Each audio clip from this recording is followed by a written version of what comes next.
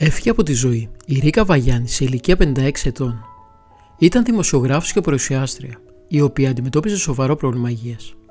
Σύμφωνα με δημοσιεύματα, νοσηλεύονταν σε δημόσιο νοσοκομείο και στη συνέχεια σε ιδιωτικό νοσοκομείο της Αθήνας. Όπως αναφέρουν τα μέσα μαζικής ενημέρωσης, πάλεψε με τον καρκίνο του πνεύμονα για μία πενταετία, αλλά δεν τα κατάφερε τελικά. Η γνωστή δημοσιογράφος επέλεξε να δώσει τη μάχη της αθόρυβα, έχοντας στο πλευρό της μόνο την οικογένειά της.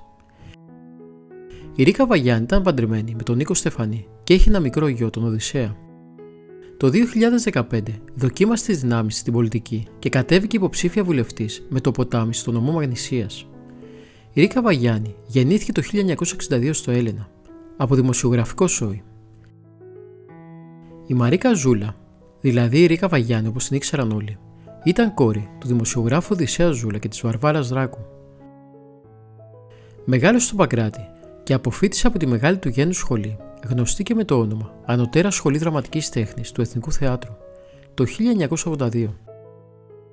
Διετέλεσε συντάκτης και στη συνέχεια διευθύντρια σύνταξης των περιοδικών Cosmopolitan και Colt και συμμετείχε ως δημοσιογράφος στις εκδόσεις των περιοδικών 1 και στο 4 της εποχής Κοσκοτά. Την ίδια εποχή έπαιζε σαν ηθοποιός σε παραστάσεις μαθητείας στο Εθνικό Θέατρο, το Θεσσαλικό Θέατρο, σε ιδιωτικές θεατρικές επιχειρήσεις και παίζοντας από επιθεώρηση ως Broadway Musical. Στην τηλεόραση δούλεψε την πρώτη περίοδο σαν ηθοποιός σε σύριαλ και τη δεύτερη σαν παρουσιάστρια δημοσιογράφος. Έχει παρουσιάσει εκπομπές για το Mega, το Star, το 7X και το Κανάλι 5. Από το 1997 συνεργάστηκε με την ΕΡΤ σε διάφορες εκπομπές και συγκεκριμένα projects.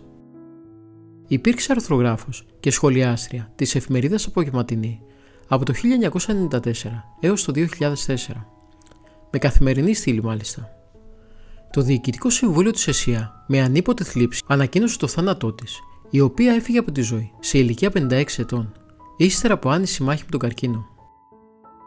Το ΕΣΥΑ συλληπείται τους οικείους της, τον σύζυγο και τον ανήλικο γιο της Οδυσσέα και ιδιαίτερα τον συνάδελφό της, Γιάννη Δακογιάννη.